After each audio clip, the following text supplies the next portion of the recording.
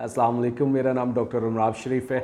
आज हम पेरेंट्स की रिक्वेस्ट पे, माँ बाप की रिक्वेस्ट पे एक टॉपिक डिस्कस करेंगे जो कि है ग्रोथ के मसले, बच्चों के ग्रोथ के मसले, यानी कि उनकी ग्रोथ रिटार्डेशन, उनकी ग्रोथ ना बढ़ने की वजूहात, क्या टेस्ट हैं जिनके साथ हम डायग्नोज कर सकते हैं, कोई पैथोलॉजिकल रीज़न तो नहीं है, और क्या सप्लीमेंट्स हैं, क्या इन्वायरमेंटल फैक्टर्स हैं जिनको हम बेहतर करके उनकी ग्रोथ, उनकी हैप्पी हेल्दी लाइफ की तरफ हम बच्चों को लेके जा सकते हैं। सबसे पहले अगर हम रीज़न्स को देखें तो उसमें जेनेटिक्स पहला रीज़न है, इन्वायरमेंट जिसे जीनियाती भी कहते हैं, माहौलियाती फैक्टर सेकंड पे आता है, तीसरा डाइट आता है कि खुराक क्या ले रहे हैं, क्या हम उनको proper carbohydrates, fats and protein supplements दे रहे हैं या नहीं दे रहे।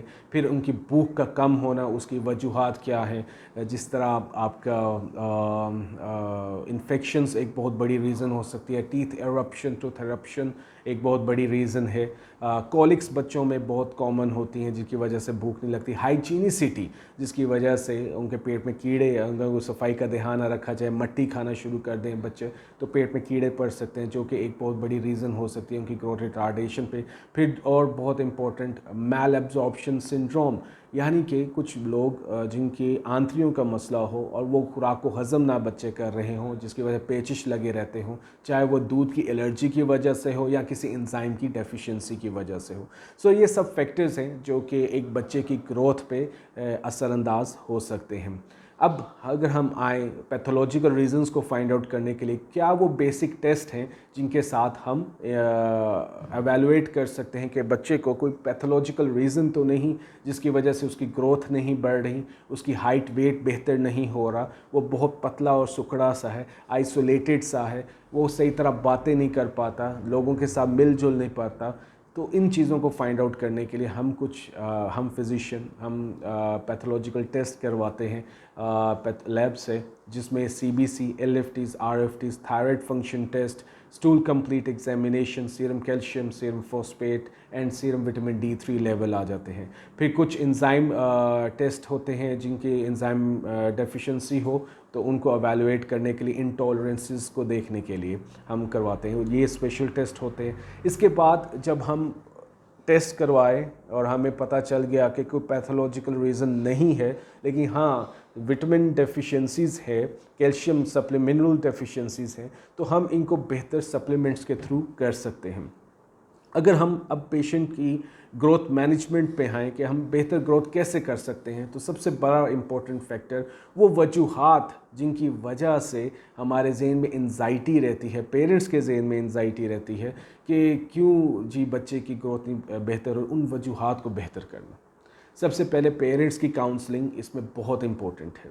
पेरेंट्स की काउंसलिंग क्यों इम्पोर्टेंट है? अगर फॉर एग्ज़ाम्पल एक पेरेंट्स मेरे पास आते हैं, उनकी अपनी मदर की हाइट 4.5 फीट है और फादर की हाइट 5.2 है, और दे आर एक्सपेक्टिंग कि उनके बच्चे की हाइट बहुत हाइपर स्पर्ट नहीं कर रही, उसकी ग्रोथ स्पर्ट्स नहीं आ रही, या बहुत छोटा है बाकी निस्बतन बच्चों की हाइट के मुताबिक, तो उसकी रीज़न जीनियाती है कि उसको विरासत में जो जीन्स मिली हैं उसकी एक बहुत बड़ा फैक्टर हो सकता है। सेकंड, माहौल, मैंने जिस तरह बात किया, बच्चों की ग्रोथ या किसी भी इंसान की ग्रोथ के एक बहुत इम्पोर्टेंट फैक्टर उसके माहौल है कि उसका माहौल उसे कैसे मिल रहा है। क्या स्ट्रेसफुल माहौल तो नहीं है, क्या आइसोलेटेड माहौल तो नहीं है कि उस बच्चे को बहुत संभाल के एक कमरे में और सबसे सेपरेट करके रखा जा रहा है, क्या उसको ज़्यादा डांटा तो नहीं जा रहा, क्या उस पर ज़्यादा प्रेशर तो नहीं डाला जा रहा। तो ये फैक्टर बच्चे की ग्रोथ पे बहुत असरअंदाज कर सकते हैं। और इसको हम कैसे बेहतर कर सकते हैं? उसको बेहतर कर सकते हैं बच्चों के साथ बच्चा बन के, यानी कि जब बच्चों के साथ खेला जाए तो behave like a kid, because they are not adults, don't behave like adults. तो बच्चों के साथ बच्चा बन के खेलो, उनके फ्रेंड्स बन के, पेरेंट्स अच्छे वो हैं जो उनके बच्चों के फ्रेंड्स हों, उनको समझें, उनको साथ लेके चलें, प्यार से डील करें, उनको टाइम दें। आजकल एनवायरनमेंट में हमारे ज़्यादातर पेरेंट्स वर्किंग पेरेंट्स हैं और बहुत रेयरली या लेस टाइम में, बहुत कम कुछ हाउस वाइफ्स भी हैं, लेकिन क्या होता है कि वो अपने बच्चे को प्रॉपर टाइम नहीं दे पाते, उसके साथ खेल नहीं पाते, वो अपनी ज़िम्मेदारियों में इतने मशगूल हो जाते हैं कि जब बच्चे का वक्त आता है तो उनमें एक एग्रेशन, चिड़चिड़ापन आ जाता है कि जब बच्चा खेलना शुरू करता है तो उनको गुस्सा आता है कि उनके रेस्ट टाइम को वो डिस्टर्ब कर रहा है। काइंडली इस चीज़ को अंडरस्टैंड ज़रूर करें कि बच्चों के प्ले टाइम पे जब उनका वक्त खेलने का हो उनको खेलने दें, बच्चों के साथ घुलने मिलने दें। उससे उनके माइलस्टोन्स बहुत जल्दी बेहतर होंगे, उनकी ग्रोथ, मेंटल ग्रोथ बहुत बेहतर होगी और उनकी फ़िज़िकल ग्रोथ बहुत बेहतर होगी। सेकंड चीज़, और हैप्पी लाइफ, बच्चों के साथ हमेशा प्यार से डील करें।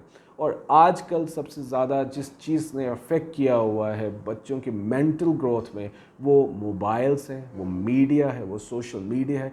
Kindly try to avoid these factors. उनके फिज़िकल एक्टिविटी में इजाफा करवाएं, ना कि उनकी लेम सेनाइल एक्टिविटी जिसमें सिर्फ उनका टीवी देखना, मोबाइल देखना हो। इसके बाद हमारे पास इन्फेक्शंस आ जाते हैं। जब हम टेस्ट करवाते हैं उनमें कोई इन्फेक्शन को डील करके हम उनकी खुराक को बेहतर कर सकते हैं। साथ बच्चों की एक 7 मंथ्स के बाद टीथ एरप्शन शुरू होते हैं, दांत निकलना शुरू हो जाए, जिसकी वजह से उनकी क्रैंकीनेस बढ़ जाती है, भूख कम होती है क्योंकि वो सोजिश होती है उनकी मसूड़ों में, तो वो खा पी नहीं सकते। तो इसमें बहुत इंपॉर्टेंट फैक्टर है कि उनको semi solid diets more than 6 months में देना शुरू करें, ताकि वो नॉर्मली और ज़्यादा गर्म ग़िज़ायात ना दें, ताकि उनके लिए मुँह में छाले ना बने। फिर एक इम्पॉर्टेंट फैक्टर डाइट में सबसे ज़्यादा इस चीज़ में सवाल किया जाता है कि जी बच्चों को खुराक क्या दी जाए। तो काइंडली इस चीज़ पे ज़रूर नोटिफाई करें कि सबसे पहले जो सबसे अच्छी डाइट बच्चों के लिए है वो माँ का दूध है, अप टिल 2 ईयर्स। अगर 2 साल तक एक माँ दूध नहीं पिला सकती तो कम से कम 6 माह जब तक उसकी वीनिंग स्टार्ट ना कर दें तब तक उसे दूध ज़रूर पिलाएं। और इस दौरान में शुरू के 6 माह में जब आप माँ अपना दूध बच्चे को पिला रही होती तो इसमें माँ की खुराक अच्छी होना, माँ की सेहत का अच्छा होना बहुत लाजमी है, क्योंकि इस सब का असर दूध के थ्रू बच्चे पे आता है। इसके बाद जब हम बच्चे की एज को 6 मंथ्स के ऊपर लेके जब वीनिंग स्टार्ट की जाती है तो इसमें हम semi solid food slowly introduce करवाते हैं। एकदम से बल्क आउट नहीं करते बच्चे को कि उसका मैदा एडजस्ट ही ना हो, उसको एडजस्टमेंट टाइम ही ना मिले कि उस खुराक के साथ कर पाए, जिससे उसकी उल्टियाँ और पेचेस शुरू हो सकते हैं। तो काइंडली जब आप उसको वीनिंग शुरू करवाएं तो आहिस्ता आहिस्ता वीकली बेसिस पे इंट्रोडक्शन करवाएं डिफरेंट फ्रूट्स का। मैश फ्रूट दें, सेमी सॉलिड फ्रूट जिसमें सीरियल्स है, मैश पोटैटोस, मैश बनाना, मैश्ड एप्पल आ जाता है जो कि गुड सोर्स है ग्रोथ का भी, आयरन का भी, कैल्शियम, पोटाशियम, मिनरल्स का भी और विटामिन डी का भी। और मिल्क इंट्रोड्यूस लाजमी रखें उनकी खुराक में। सेकेंड, सीरियलैक फैक्टर्स हैं। फिर बहुत से ब्रांडेड मिल्क्स आते हैं जो कि बच्चों के दूध होते हैं, एज रिलेटेड होते हैं, उनके इंट्रोडक्शन करवाया जा सकता है उनकी ग्रोथ को बेहतर करने के लिए। इसमें भी डिविजन्स होती हैं, कुछ पेशेंट्स जिनमें एंटी गर्ड मिल्क भी होते हैं और कुछ सिंपल मिल्क्स भी होते हैं, जिनको बच्चों के बहुत ज़्यादा नोजियाटिक और वॉमिटिंग या दूध फेंकते हैं फुटकियों की सूरत में, उन्हें हम एंटी गर्ड मिल्क शुरू करवाते हैं, जिससे उनकी लाइफ बहुत बेहतर हो जाती है।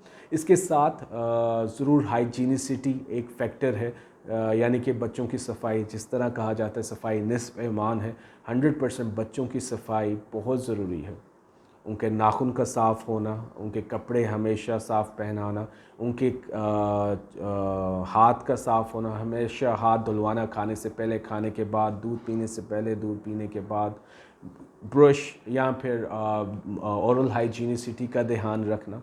तो ये सब फैक्टर्स हैं जिनका ध्यान रखना और जिनका हम अमल करके बेहतर करके हम अपने बच्चों की लाइफ को बहुत बेहतर कर सकते हैं। ज़्यादातर बच्चों की कम भूख की एक वजह मिट्टी का खाना होता है, जो कि आजकल बहुत कॉमन रीज़न है, और इसी वजह से शायद सीडीसी ने भी और पाकिस्तान की हुकूमत ने भी इस चीज़ का अमल दखल शुरू कर कि हर 6 माह के बाद एंटी हेलमिनेथिक कोर्स बच्चे को ज़रूर पिलाएं, ताकि उसके पेट के कीड़े ख़त्म हो और उसकी ग्रोथ, उसकी डाइट बेहतर हो सके। सो इन फैक्टर्स जिन सबको डिस्कस किया है, इनको ज़रूर एक दफ़ा अपने जहन में बैठाएं कि बच्चे के लिए healthy growth, happy life, happy और इन बेहतर मेंटल डेवलपमेंट उसके लिए तब होगी जब इन सब फैक्टर्स को देखा जाए। पेरेंट्स का सबसे पहले रिलैक्स होना, खुश होना, हैप्पी होना बहुत इम्पोर्टेंट है। उनकी एंजाइटी का बेहतर होना बहुत ज़रूरी है, ताकि वो अपने बच्चों की ग्रोथ को बेहतर कर सकें, उनकी डाइट को बेहतर कर सकें, उनकी इन्वायरमेंट को बेहतर कर सकें, उनकी सफाई का ध्यान रख सकें।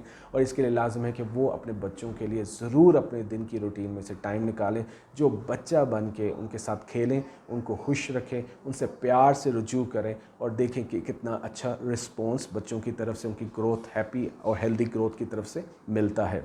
जहाँ तक बात है मैल एब्जॉर्प्शन सिंड्रोम की, तो ज़रूर इस चीज़ का जहन में रखिएगा कि यहाँ पे आपने अपने फिजिशियन को, पीडियाट्रिशियन को ज़रूर दिखाना है, ताकि वो प्रॉपर टेस्ट करे, स्पेशल टेस्ट करे, देखे कि कहीं मिल्क इंटॉलरेंस तो नहीं है, कोई एंजाइम डेफिशिएंसी तो नहीं चल रही जिसकी वजह से मैल एब्जॉर्प्शन सिंड्रोम चल रहे हैं और बच्चों की प्रॉपर ग्रोथ नहीं हो पा रही। इन सब के बरअक्स पेरेंट्स का रोल बच्चे की ग्रोथ पे बहुत इंपॉर्टेंट है। मैं बार बार इस चीज़ पे फोकस कर रहा हूँ ताकि एक हैप्पी इन्वायरमेंट दें, हेल्दी इन्वायरमेंट दें और lack of mobile, social media से दूर बच्चों की फ़िज़िकल एक्टिविटी को बढ़ाएं। अब एक लास्ट पॉइंट जिसको मैं समझता हूँ कि मैं चाहूँगा और मैं देखता हूँ कि बच्चे, वालिदैन बहुत ज़्यादा एंशियस होते हैं कि जी हमारा बच्चा हाइट से कम है या उसकी ग्रोथ हेल्दी नहीं है, मोटा नहीं है। एक बहुत ज़्यादा पेशेंट कंप्लेन करते हैं। याद रखिए, अगर आपका बच्चा चीख रहा है, खेल रहा है, कूद रहा है और कूद खेल के थकता नहीं है तो आपका बच्चा हेल्दी है।